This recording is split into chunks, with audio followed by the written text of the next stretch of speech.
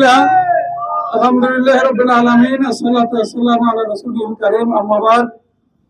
সংগ্রামী ভাইরা, আপনারা আমাদের সমাবেশ এবং র্যালিতে অংশগ্রহণ করেছেন।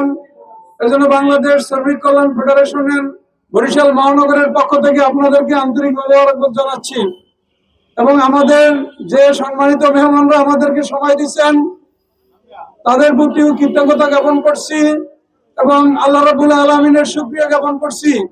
সম্মানিত ভাইরা, আপনারা জানেন ইসলাম শ্রমিকদের যে অধিকার দিয়েছে সেই অধিকার যতক্ষণে বাস্তবায়ন করা না যাবে ততক্ষণে শ্রমিকদের প্রকৃত কল্যাণ সাধিত হবে না।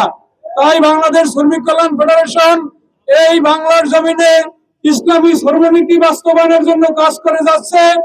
বাংলাদেশ শ্রমিক কল্যাণের হাতকে শক্তিশালী করার জন্য সবাইকে উদারতা আহ্বান জানিয়ে আজকের প্রোগ্রাম এখানেই সমাপ্তি ঘোষণা করছি। আপনাদেরকে আবারও ধন্যবাদ। আসসালামু আলাইকুম।